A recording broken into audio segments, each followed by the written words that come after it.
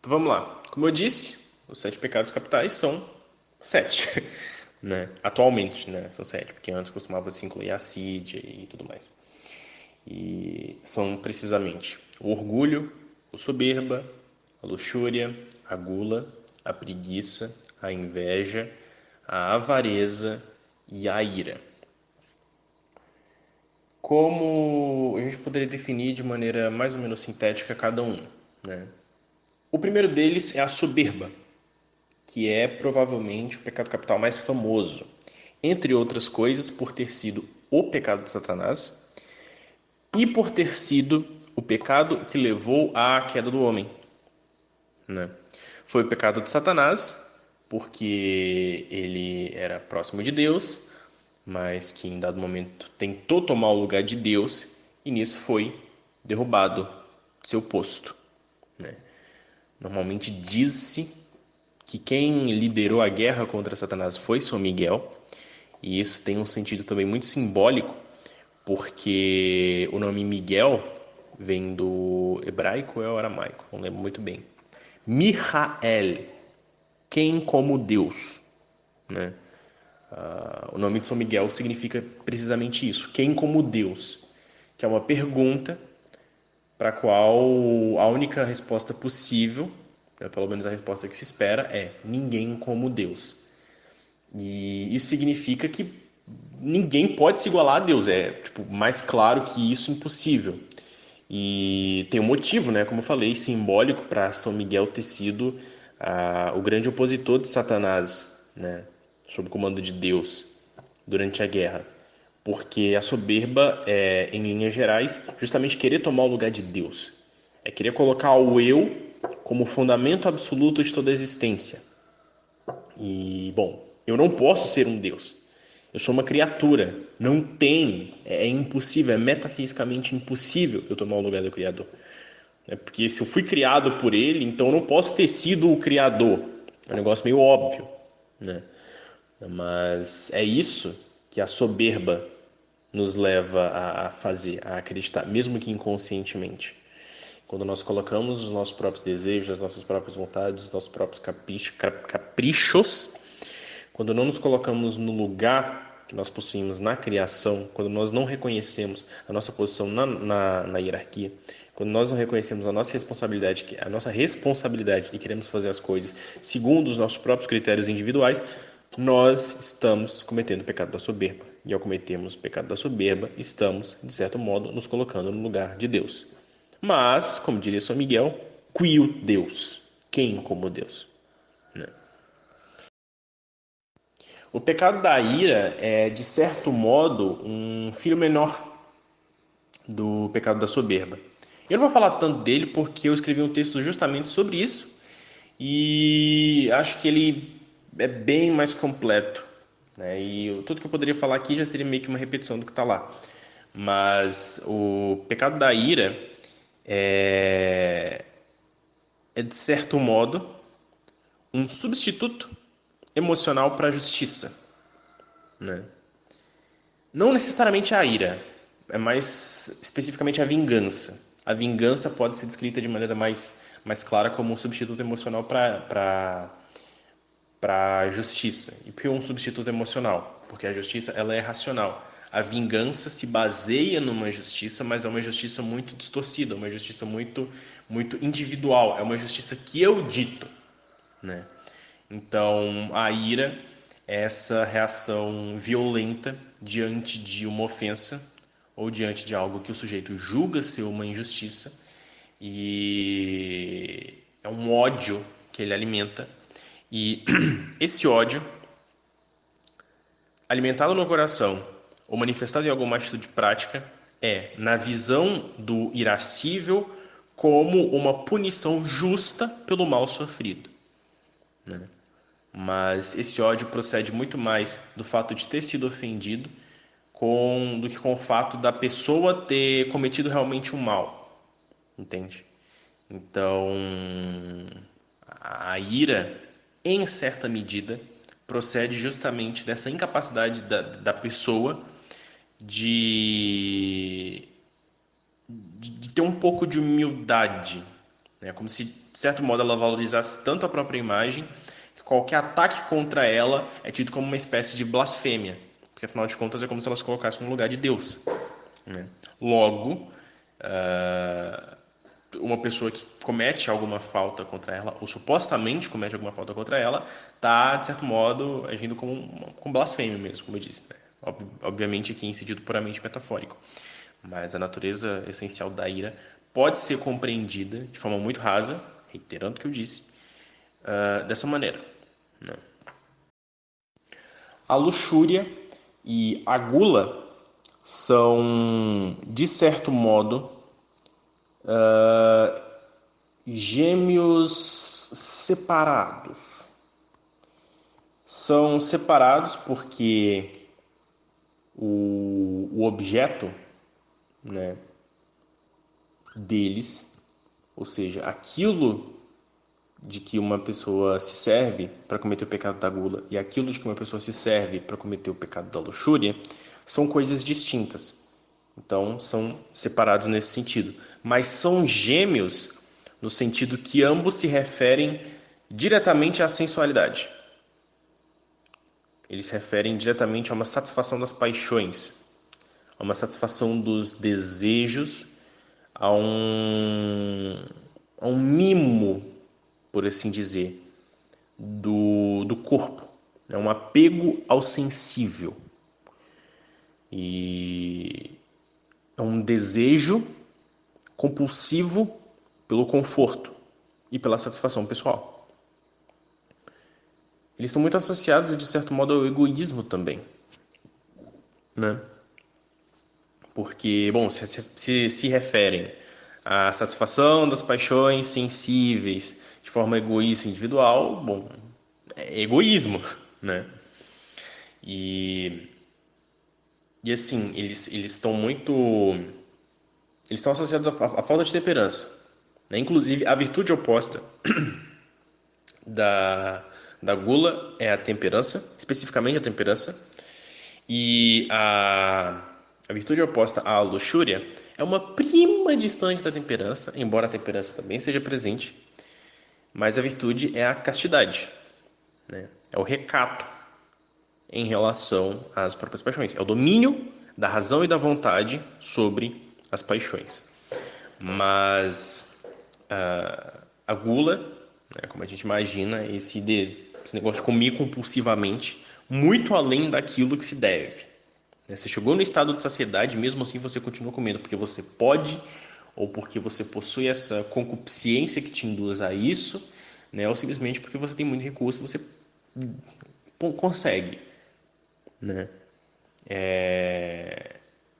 Essa coisa de oferecer, né, ao seu corpo, satisfazer a sua sensualidade, de certo modo até mais do que ele precisa, simplesmente porque, como eu falei, você pode. No caso da luxúria, isso ocorre através em geral, né, da sensualidade, principalmente da sensualidade erótica. Então, é como eu falei, a satisfação de certos caprichos pessoais, certas paixões individuais, e também fazendo e se servindo do outro para isso, né? A pornografia, por exemplo, é um bom exemplo disso, né? Você usa outras pessoas para satisfazer as suas próprias paixões. Então você tem uma fortíssima raiz de egoísmo aí, né? E a luxúria também é marcada por uma característica muito fundamental, que é o eclipse da alma pelo corpo. Que é um negócio que o Roger Scruton fala no Beleza, né? O obsceno é justamente isso. Você olha para uma pessoa, mas você não consegue enxergar mais uma pessoa, um corpo e uma alma que juntos constituem o todo, o eu daquele sujeito. Você só enxerga um objeto, simplesmente uma coisa que você pode usar para atingir um fim, entende?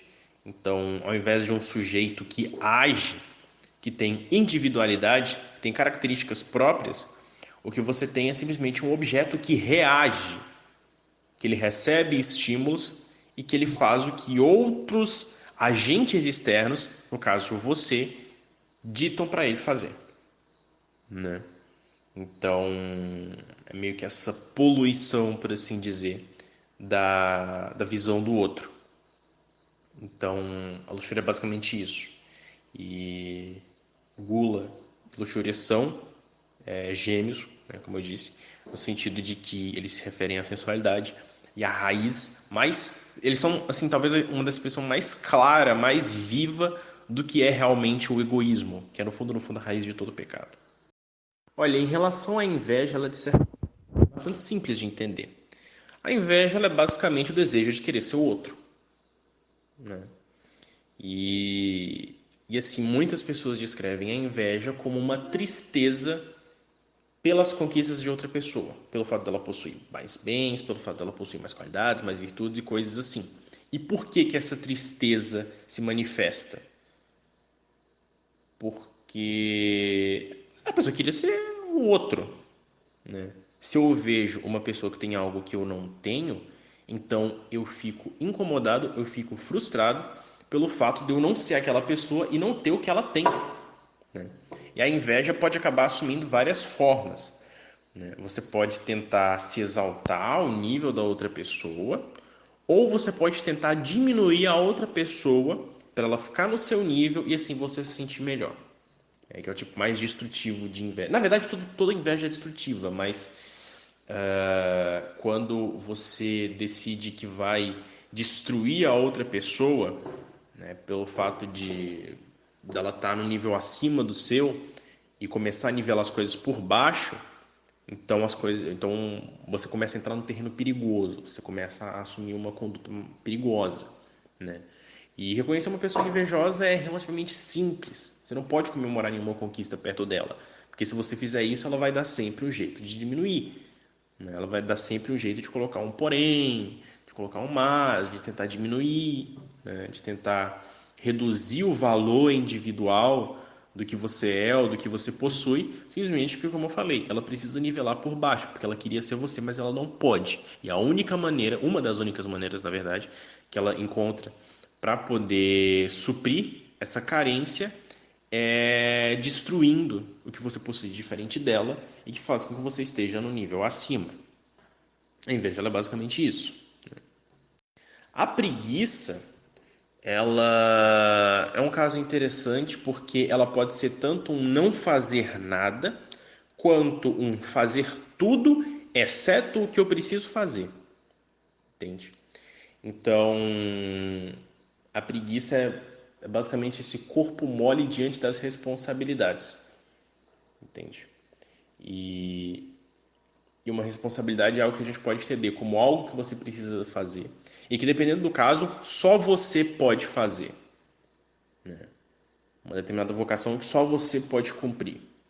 O preguiçoso não é necessariamente aquela pessoa que vive no ócio absoluto. Ele pode fazer muita coisa, né? Mas ele pode estar negligenciando aquela única atividade que se refere à ação direta dele sobre o mundo, que é capaz de mudar ou melhorar o mundo, né? Aquele papel que ele deve assumir na realidade e que só ele pode assumir, mas que ele foge disso em muitas ocasiões, se ocupando de outras coisas que não necessariamente têm a ver com isso.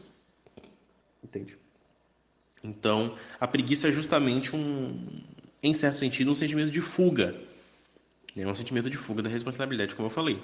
E mais uma vez aí você tem o egoísmo se manifestando. A pessoa talvez ela tem dons, a pessoa talvez ela tem coisas que podem melhorar a vida de outras pessoas, mas ela evita fazer isso. Ela tem esses talentos, mas como acontece na parábola, ela enterra ao invés de multiplicar. Então, assim, a preguiça ela é um pecado de raiz, né? Na medida em que alimenta outros pecados, como por exemplo a covardia. Né? Porque o que é a preguiça, se não um tipo muito particular de covardia? E como o próprio Padre Paulo Ricardo lembra, a covardia é um medo que leva ao inferno. Inclusive a aula dele sobre isso é muito boa e eu sugiro que você procure depois, né? Que é justamente isso, covardia, um medo que leva ao inferno. E com isso a gente fica só na avareza, que é provavelmente talvez o pecado que eu mais tenho dificuldade de escrever, não porque ele é complexo, mas porque ele não é Talvez seja um dos pecados dos quais eu menos reflito, então eu menos tenho uma ideia assim mais fresca. Mas a avareza, ele também é uma expressão muito clara do egoísmo e, de certo modo, ele é também como a preguiça, né? Parando para pensar melhor, porque ele é também essa retenção dos recursos, a retenção dos dons, sabe? É só você querer acumular, acumular, acumular, sem nunca distribuir aquilo, sem nunca multiplicar aquilo. Ou se você multiplica, multiplica para si mesmo e só para si mesmo. Você tende a se poupar demais quando você é avarento. E a expressão mais óbvia disso são os recursos materiais. Sabe, aquele sujeito que está sempre ganhando dinheiro, mas nunca gasta dinheiro, nem com coisas que são necessárias para ele, nem coisas que poderiam ajudar outras pessoas. Ele não faz caridade, ele não faz nada. O dinheiro está ali como um fim em si mesmo, né? E, e a gente poderia entender a avareza também um pouco como isso, né? É você tratar meios como se fossem fins. Você tratar objetos e recursos de qualquer natureza que seja como se eles fossem o objetivo máximo da sua vida. Tipo, o objetivo do ato de ganhar dinheiro é ganhar dinheiro. Você ganha dinheiro para ganhar dinheiro, entende? O dinheiro não serve a um propósito. Ele é simplesmente o objetivo máximo, entende? Então a avareza é basicamente essa atitude de retenção dos dons, das qualidades, das virtudes e dos recursos de qualquer natureza, tratando-os como se fossem um tipo de Deus, ou seja, como se eles fossem fins e não meios. E bom, eu acho que por hora é o que dá para falar sobre isso, né? Tem muitas aulas boas sobre os sete pecados capitais disponíveis na internet. Padre Paulo Ricardo tem vários vídeos sobre luxúria, sobre a ira, sobre a avareza.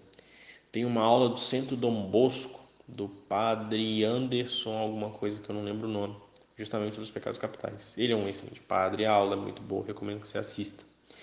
Tem um programa do um episódio, na verdade, do programa Eclésia, da Rede Século XXI, apresentado pelo Padre Guido, falando justamente sobre os sete pecados capitais. Está disponível no canal do Gabriel Zaptovski, mas é só colocar lá, sete pecados capitais, Eclésia. É provavelmente o primeiro que vai aparecer. Como eu falei, é apresentado pelo Padre Guido, você vai achar. É muito bom também. Então, assim, reiterando o que eu falei, né, tudo isso aqui é